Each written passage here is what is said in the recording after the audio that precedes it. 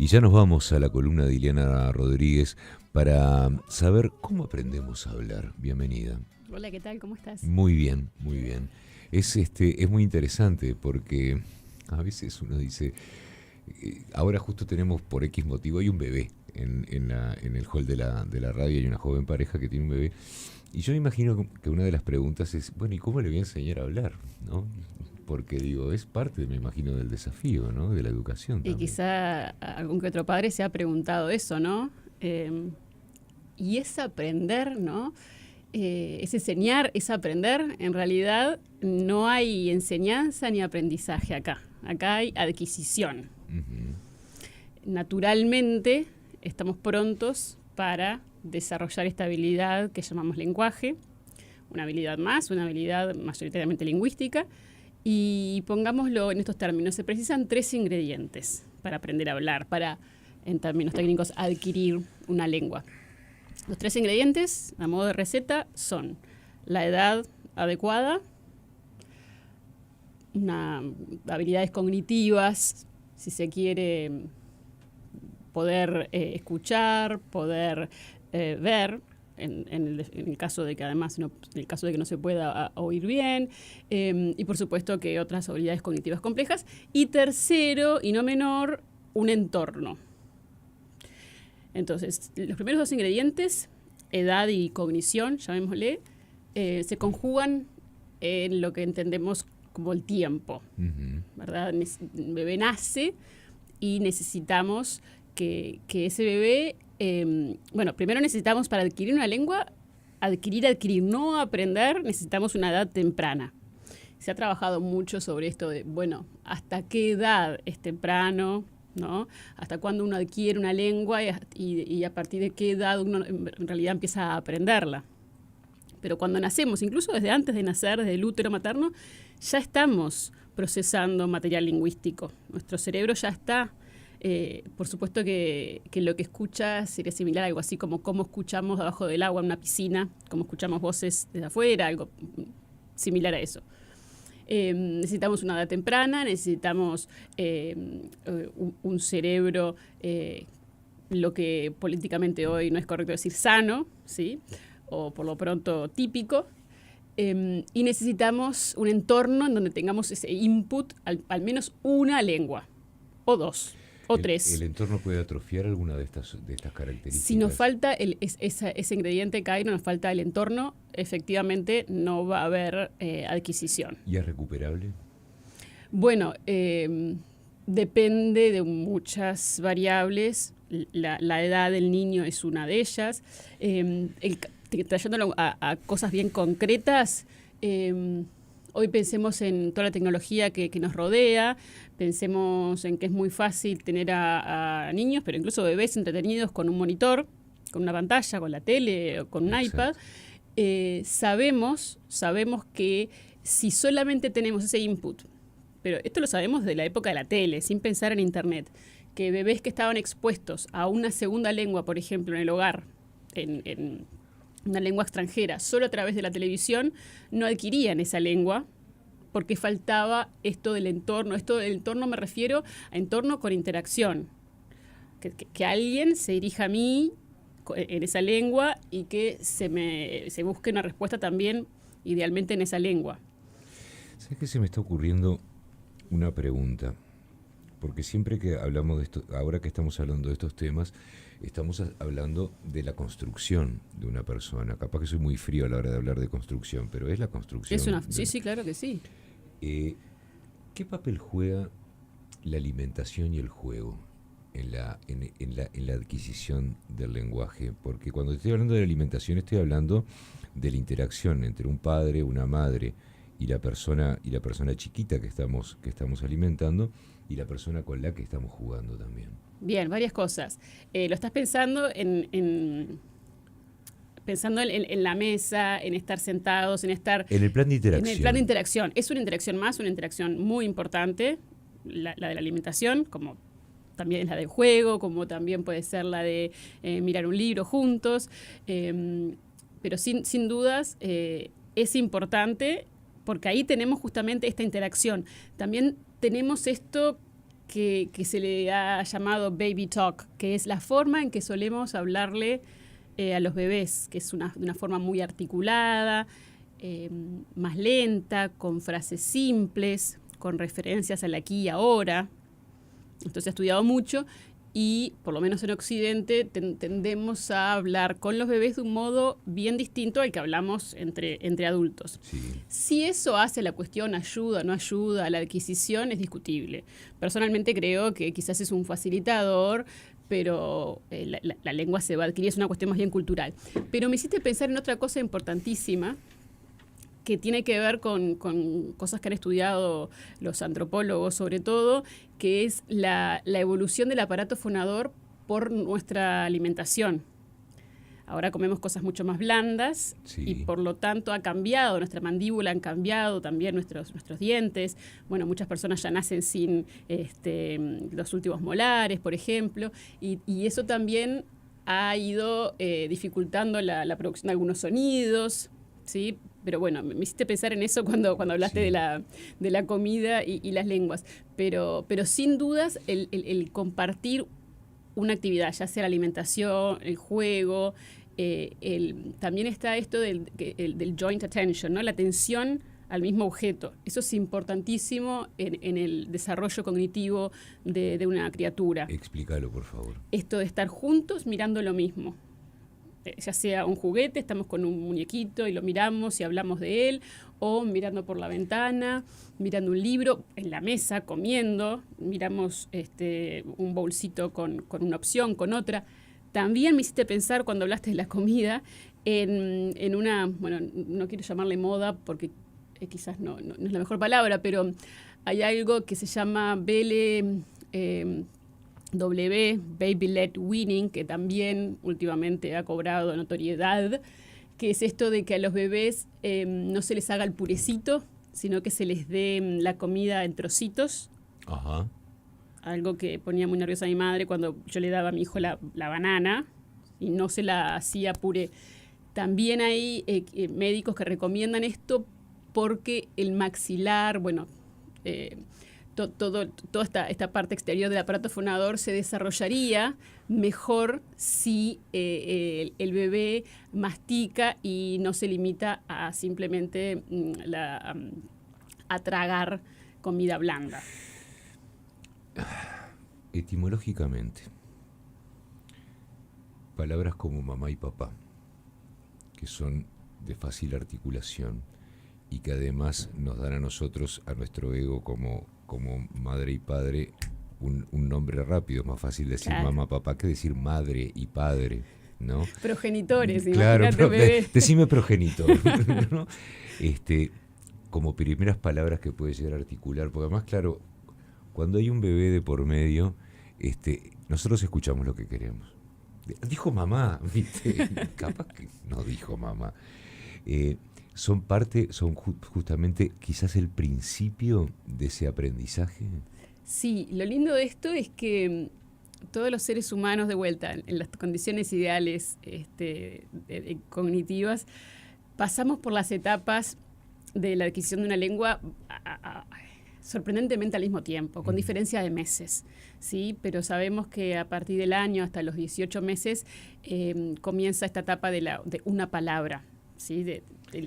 Los bebés empiezan a, yo no sé si técnicamente llamarles bebés ya, pero los niños muy pequeñitos ya empiezan a poder decir mamá, papá, papá.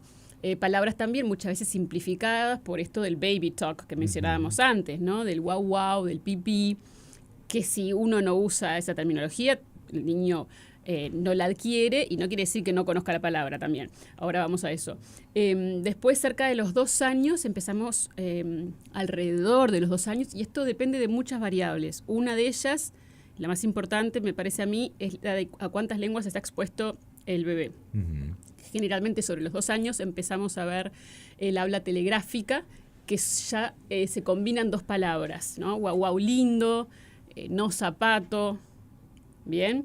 De vuelta, vuelvo al caso de mi hijo. A los 2 años no estábamos en ese nivel, prácticamente no teníamos, no decía palabras, pero porque estaba expuesto a 3 lenguas.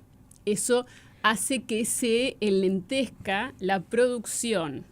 Pues eso te iba a preguntar, porque nosotros, por ejemplo, si bien hay situaciones en las que una familia emigra porque emigra, nosotros los uruguayos tenemos una historia que ha llevado a que muchos uruguayos se exiliaran a países donde de pronto en la casa se hablaba nuestro idioma español, pero los niños nacidos allá se criaban con ese idioma, pero cuando salían al mundo, fuera de su casa, a jugar con otros niños, ir a la escuela y todo, iban aprendiendo obviamente el idioma del país que los recibía. ¿Se ha hecho algún tipo de estudio en lo que tiene que ver, si esto tiene algún impacto en lo que tiene que ver con la estructura cerebral, con la capacidad intelectual de estos niños? Sí, no hay suficientes, pero hay bastantes estudios. Nunca hay suficientes estudios, verdad, por supuesto, pero sí hay muchos estudios interesantes. El caso de la migración ese es un caso extremadamente común. La migración existió desde el principio de los tiempos, ¿no? Por más que ahora tiene más prensa que antes. En el mejor de los casos, que una familia uruguaya migrara y mantuviera el español, porque también es muy común que se vire a la lengua del entorno, porque se cree que eso es lo mejor para los niños. De vuelta, depende de la situación. Personalmente suelo sugerir que no, que se mantenga, porque tenemos dos lenguas y dos suelen ser mejor que uno. No siempre, pero suele ser. Yendo a tu pregunta sobre los efectos cognitivos, si se quiere, qué pasa en el cerebro, bueno, parece ser que el beneficio más claro en hablar más de una lengua sería que tenemos un mejor uso los multilingües, o por lo pronto los bilingües, en las funciones ejecutivas. Esto es, seríamos mejor que la población monolingüe en cambiar de tareas rápidamente, en poner foco en algo. No son demasiadas las ventajas, digamos, porque también hay desventajas. También hay desventajas con el retrieval léxico. Yo lo estoy sintiendo ahora, antes no tanto, quizás, pero a veces siento que me doy cuenta de los minutos que me lleva a veces llegar a una palabra comparados con colegas monolingües, empezando a hablar en español o decir algún tecnicismo. También se consta en la literatura que hay una suerte de debilitamiento en ese sentido. Pero también parece ser que hablar más de una lengua a largo plazo es bueno para prevenir demencias. Hay una incidencia menor en demencias en aquellas personas multilingües. No quiere decir que no las podamos desarrollar, ¿verdad? Pero se habla de unos 5 años de gracia. Exacto. De gracia intelectual. Exacto, que no está mal, ¿no? No, por favor, a cierta edad, 5 años es un tiempo largo. A veces uno se pregunta si en este proceso de aprender a hablar, la complicidad que los mayores pueden llegar a tener con la persona chica, pueden llegar a... Porque ¿qué pasa? Es como que a veces hay dos libritos. Hay gente que puede pensar que mantener la palabra papato, por hablar del zapato, durante un tiempo y en la interna de una familia, puede llegar a retrasar el desarrollo de esa persona. Sin embargo, hay otros que podemos llegar a pensar que esa complicidad primero logra una comprensión rápida de qué es lo que quiero que se ponga, y que en un momento, como decía mi madre, cuando tenga 14 años no se va a hacer más caca ni pichí encima, digo, que use pañal hasta cuando quiera, ¿no? Pues que me parece que viene por ahí. Sí. Es toda una cuestión de equilibrio, ¿no? Pero hablando de hacer caca y pichí, de que no es para siempre, también pienso, es fantástico que un bebé de 18 meses, que muchas veces todavía precisa pañales y tiene que bajar de espaldas la escalera, pueda producir palabras. Claro. Y no nos olvidemos además que las palabras que produce es una ínfima parte de las palabras que comprende. Si un niño de 2 años promedio produce unas 400 palabras, va a entender 5 veces más, ¿sí?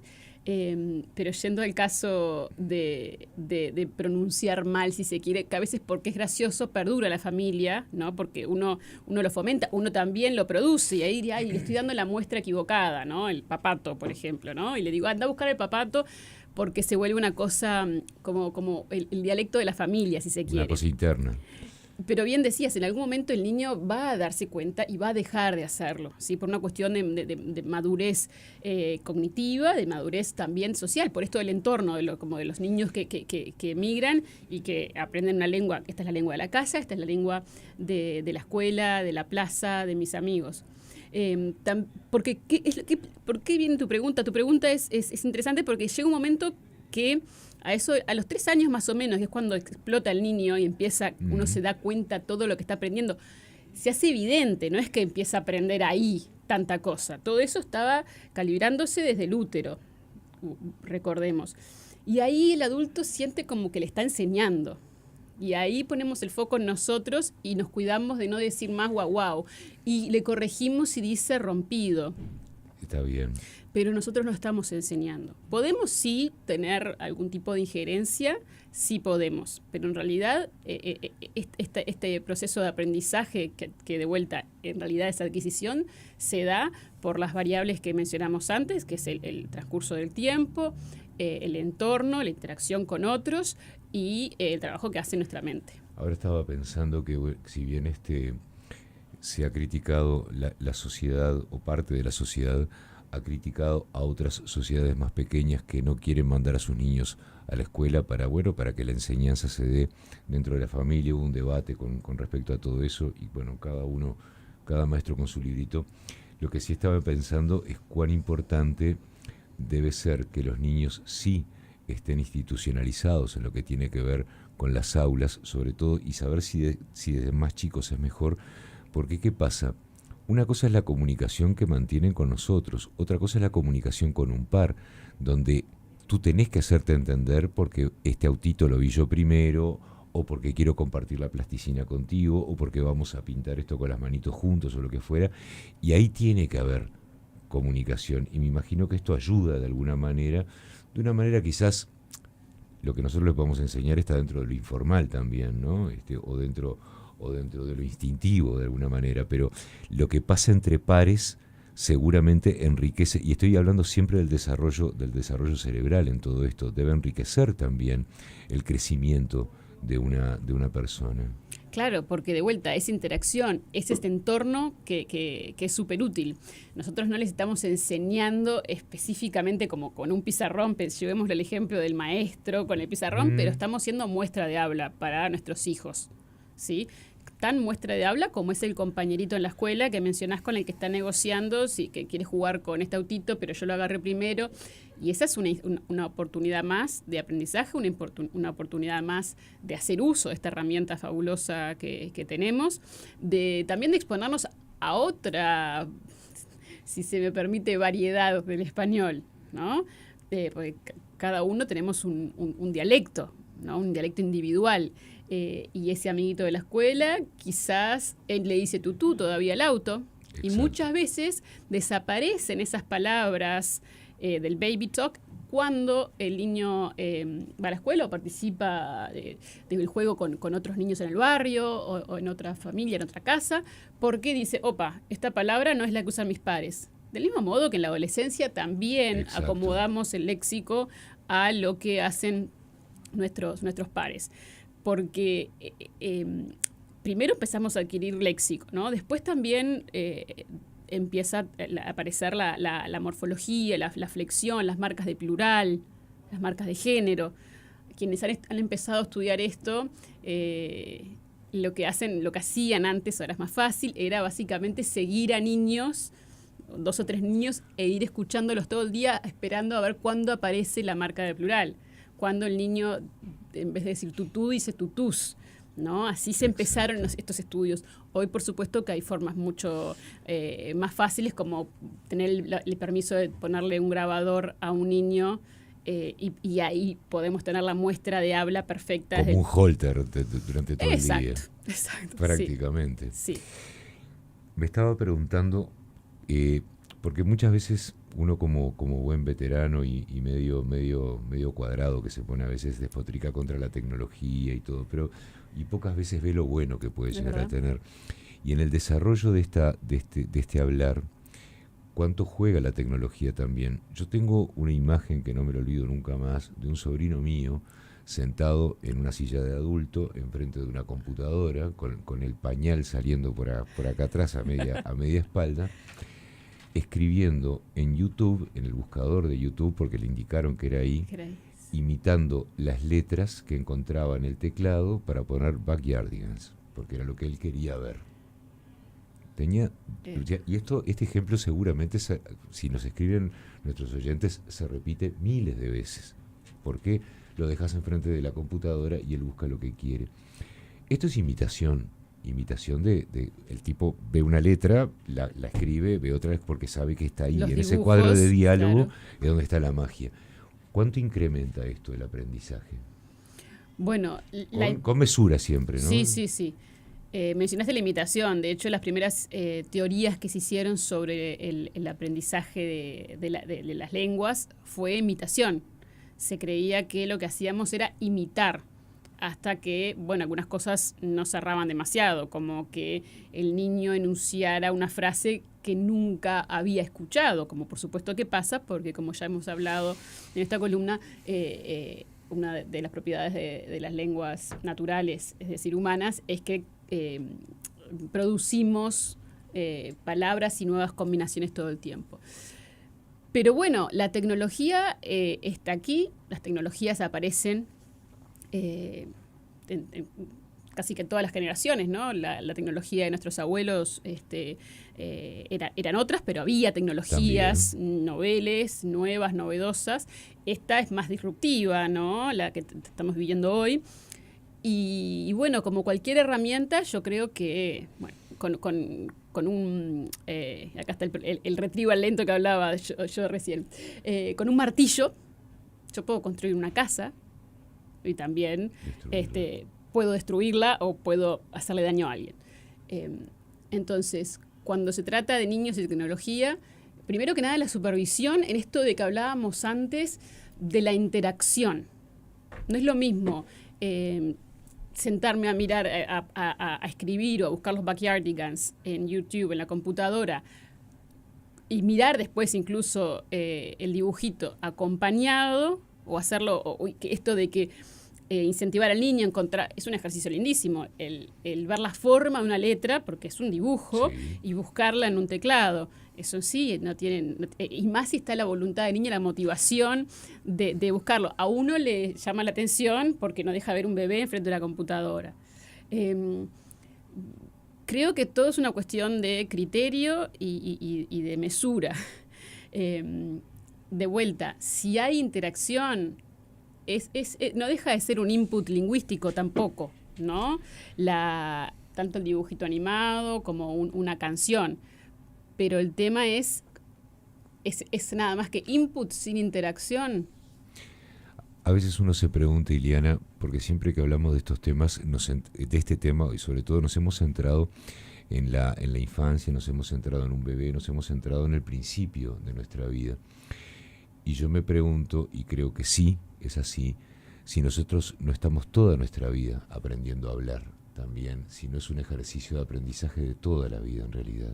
Sí, sin duda, a nivel léxico tenemos que estar aprendiendo nuevas palabras, ya sea porque están de moda, ya sea, bueno, porque queremos cambiar la forma en la que hablamos, que eso es algo también muy común, o por ideas y conceptos nuevos. En el 2023 nadie sabía lo que era IA, nadie enunciaba IA, y hoy, no sé, todos los días o día por medio decimos esa palabra. Que de vuelta es la lengua adaptándose a la realidad, al mundo, a lo que está pasando. Es interesante tu pregunta porque también está esta discusión de hasta qué edad, si es que aprendemos, o hasta qué edad se dan los cambios más fuertes. ¿Cuándo aprendemos el 80%, por ejemplo? Podríamos preguntar, ¿no? Jugar con eso. Sabemos que a los 6-7 años hay una poda neural y a partir de esa edad, si vamos a aprender otra lengua, va a ser distinta, la vamos a aprender. Ya no va a ser esto de la adquisición que pasó cuando éramos bebitos. También sabemos que no es lo mismo a los 6-7 años que a los 10, y tampoco es igual a los 10 que a los 25. Y también sabemos que hay cuestiones que aprendemos hasta los 18 o 20 años, por ejemplo, el léxico. la forma en la que se le llama a determinados objetos. Si pensamos hacemos la odiosa comparación campo-ciudad de Montevideo, todos sabemos que hay palabras, ¿no? Sí. Que identifican muchísimo a una persona del interior. Incluso si se vino a vivir a Uruguay hace 30, 40 años, hay palabras que esa persona hasta los 18 le llama de una manera y queda eso como fosilizado, ¿no? Y es como que hasta los 18 o 20 años se termina de cerrar, de configurar, si se quiere, el lexicón mental de una persona. Esto no es algo que sea para todos igual, ¿no? Por supuesto que va a depender si una cosa es una migración a Montevideo, otra cosa es una migración a Australia y dejar de hablar el español o hablarlo una vez por mes, ¿no? Pero sin duda nuestra lengua cambia hasta que morimos, si se quiere, porque estamos de algún modo u otro, ya sea incorporando léxico o haciendo pequeños cambios, si se quiere, sintácticos, de los cuales muchas veces no somos conscientes, ¿no? Ejemplo, en vez de podamos, el puédamos. Es verdad. Eso es un cambio que yo estoy viendo avanzar. Y no es que nacen personas que dicen puédamos o nacen personas que dicen podamos. ¿Por qué no? Hay personas que quizás decían podamos y ahora están diciendo puédamos. O cuestiones incluso de pronunciación. Ahora no se me ocurre ninguna en particular, pero el caso del subjuntivo. Si en vez de si vinieran, si vendrían.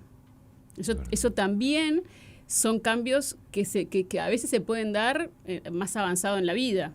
Que si alguien me hubiese estado grabando a mí hace 10 años, yo usaba el subjuntivo y quizás ahora, porque el subjuntivo tiende a desaparecer, mi mente se está acomodando al nuevo input, al input más abundante, a la muestra más abundante.